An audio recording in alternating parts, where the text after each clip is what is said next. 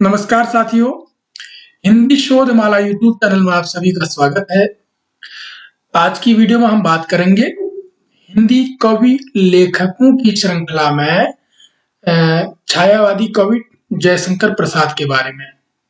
जैसा कि हमने इससे पूर्व जो है छायावादी कवित्री महादेवी वर्मा जी के बारे में बात की थी, आज जयशंकर प्रसाद जी के जन्म और उनसे संबंधित जानकारियों के बारे में बात करेंगे। जो आप जानते हैं कि यह श्रृंखला हमारी उत्तराखंड समूह व भर्ती परीक्षाओं के लिए संपादित हो रही है। तो आइए जानते हैं। जैसे कि हमने कल बात की थी, छायावादी कवि जो है, छायावादी कवियों चतुष्पद या चार जो है स्तंभ माने जाते हैं, जिनमें नंबर 1 हमने बात की थी जयशंकर प्रसाद जी की। जयशंकर प्रसाद जी जो है पहले स्तंभ है। तो प्रसाद जी का जन्म जो है 30 जनवरी 1890 ईस्वी में हुआ था। कहीं कहीं पे आपको देखने को मिलेगा कि 1889 भी इनको जन्म जो है देखने को मिलता है। डॉक्टर नगेनन हरदयाल के अनुसार 1890 में इनका जन्म जो है हुआ था, वो भी काशी में। काशी में इनका जो परिवार है सुंगनी साहू नाम से जो है इनका परिवार जाना जाता था। बौद्धिक रूप से बहुत संपन्न परिवार था। वैसे तो इतना अमीर नहीं था, बौद्धिक रूप से बहुत संपन्न परिवार था। इनकी मृत्यु 15 नवंबर 1937 को इनकी मृत्यु होगी। बहुत कम उम्र में जो है इनकी मृत्यु हो गई। क्षय रोग के कारण जो है इनका जीवन समाप्त हो गया और बहुत दुखी से रहे। जब बहुत कम उम्र थी इनकी, तो इनकी माताजी का देहांत हो गया था और उसके बाद इनके पिताजी का देहांत है, बड़े भाई का देहांत। तो जो है पारिवारिक रूप में जो है बहुत दुखी रहे ये परिवार के वजह से। वैसे ही फिर जो है पत्नी का भी देहांत इनका जल्दी हो गया था और स्वयं का भी देहांत जो है बहुत कम उम्र में हो गया था। अब बात करते हैं जयशंकर प्रसाद जी के उपनाम जो है कई बार पूछ लिए जाते हैं। इनको झारखंडी उपनाम से जाना जाता था और कलाधर नाम से भी इनको जाना जाता था। आधुनिक कविता के सुमेरु, नाटक सम्राट, ये इनके उपनाम है। झारखंडी, कलाधर, आधुनिक कविता के सुमेरु, नाटक सम्राट जो है इनके उपनाम जो है इन नाम से जाना जाता है। अब जो सबसे प्रमुख है हमारे लिए वो है रचनाएं, जिससे सबसे अधिक प्रश्न वर्तमान में पूछे जा रहे हैं। तो सबसे पहले काव्य संग्रह है इनके। काव्य संग्रह जो है नंबर 1 उर्वशी 1909, वन मिलन 1909, प्रेम राज्य 1909, अयोध्या का उद्धार 1910, शोकोच्छ्वास 1910, बब्रुवाहन 1911, कानन कुसुम 1913, प्रेम पथिक 1913, करुणालय 1913, महाराणा का महत्व 1914, झरना 1918, आंसू 1925, लहर 1933 और कामायनी 1935। तो यहाँ तक हम देखते हैं इसमें महाराणा का महत्व तक जो रचना है इनकी वह द्विवेदी युग में आती है। वो सारी जो है वो द्विवेदी युगीन है। तो इनकी जो पहली रचना होगी, छायावाद की पहली रचना, वो होगी झरना। झरना से जो है इनका जो छायावादी काव्य की शुरुआत इनकी झरना से होती है, जो 1918 में प्रकाशित हुआ। उससे पूर्व की जितनी भी रचनाएं हैं ये सारी जो है द्विवेदी युगीन मानी जाती है। द्विवेदी युग में इनने लिखी है। और एक प्रश्न और, उर्वशी जो है, जो कविता के तौर पर जो है, केवल कविता अगर बात करेंगे तो उर्वशी जो है प्रसाद जी का होगा। और उर्वशी जो है दिनकर जी की भी है। उर्वशी दिनकर का भी एक काव्य संग्रह है या महाकाव्य है।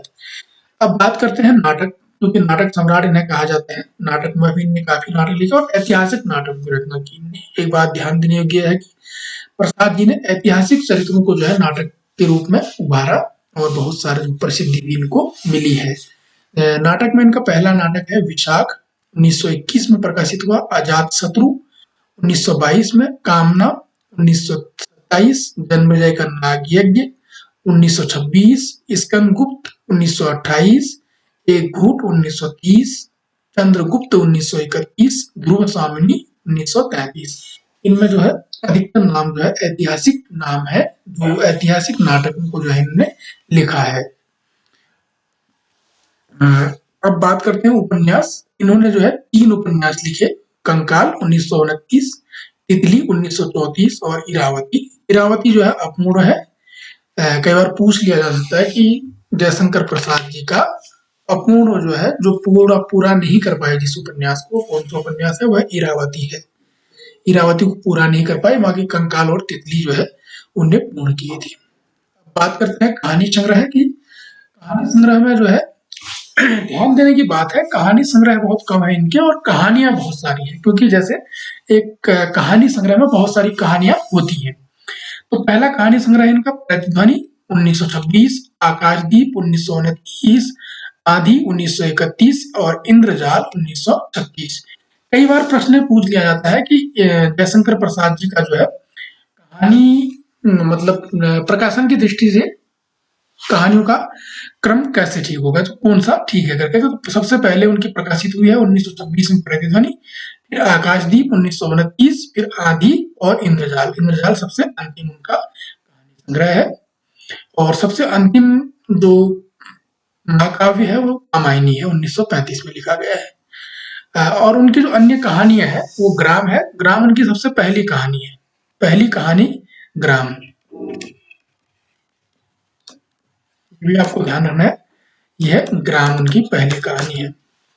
ग्राम श्री नहीं, ग्राम, ग्राम श्री तो भी अलग है। सुनहरा सांप, सालवती, मधुआ, गुंडा, पुरस्कार, चूड़ी वाली, देवरथ, गोरा गाय, अघोड़ी का मोह, अनबोला, अपराधी, अमिट स्मृति, अशोक, उस पार का योगी, ये कुछ प्रमुख जो है इनकी कहानियां हैं। इनसे भी कई बार पूछ लिया था कि किस चीज की कहानी के बारे में पूछा जा सकता है। ये तो रहे इनकी रचनाओं के संबंध में। अब हम बात करते हैं कि क्या मुख्य बिंदु हो सकते हैं उनकी उनसे संबंधित, प्रसाद जी से संबंधित। नंबर 1 कि शैशव काल में जयशंकर प्रसाद को झारखंडी कहकर पुकारा जाता था। तो उनको जो झारखंडी उपनाम है उनका, वो उनके बचपन का नाम है, बचपन में उनको झारखंडी कहा जाता था, तो इसीलिए उनका उपनाम जो है झारखंडी पड़ गया। चार छायावाद के 4 स्तंभ में से एक है, एक प्रमुख स्तंभ है छायावाद के। 4 जो है प्रसाद, पंत, निराला और महादेव वर्मा में से एक इनका नाम प्रमुख रूप से आता है। उसके बाद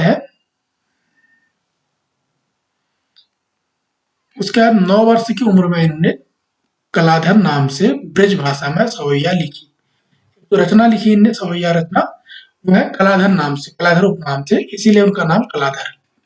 केवल 9 वर्ष की उम्र में ही जो है इनने कलाधर उपनाम से ब्रज भाषा में कविताएं लिखी। और जयशंकर प्रसाद जो है पूर्व में इनने बहुत सारी रचनाएं जो है वो ब्रज भाषा में लिखी, बाद में फिर वो हिंदी खड़ी बोली में लिखना शुरू किया उन्होंने। इनके द्वारा रचित महाकाव्य जो कामायनी है उसमें 15 सर्ग है।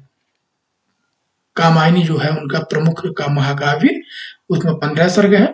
कामायनी को सुमित्रानंद पंत ने हिंदी साहित्य का ताजमहल कहा है। यह भी प्रश्न जो है याद करने योग्य है, ध्यान रखने योग्य है कि कामायनी को जो है सुमित्रानंद पंत ने हिंदी साहित्य का ताजमहल कहा है। 2 तरीके के प्रश्न इससे पूछे जा सकते हैं कि प्रसाद जी की किस रचना को ताजमहल कहा गया है, या कामायनी को किस साहित्यकार ने हिंदी साहित्य का ताजमहल कहा है। तो अगर किसने कहा है, सुमित्रानंद पंत ने, किस रचना को, कामायनी को।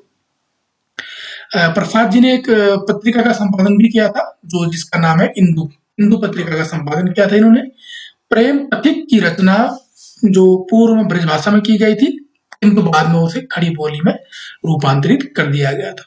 जैसे कि हमने पहले ही बात की है, प्रसाद जी पूर्व में जो है ब्रजभाषा में रचनाएं लिखते थे और बाद में फिर जो है वो खड़ी बोली में लिखने लगे। तो उनने जो उनका जो प्रेम पथिक काव्य है उसको उनने बाद में फिर रूपांतरित करके खड़ी बोली में कर लिया, अन्यथा पूर्व में प्रेम पथिक जो है काव्य उनका ब्रजभाषा में था। ये भी प्रश्न पूछा जा सकता है कि प्रसाद जी की वह कौन सी रचना है जो पूर्व में ब्रजभाषा में लिखी गई थी पर किंतु बाद में जो है उसे खड़ी बोली में परिवर्तित कर दिया गया, तो वो है होगा प्रेम पथिक।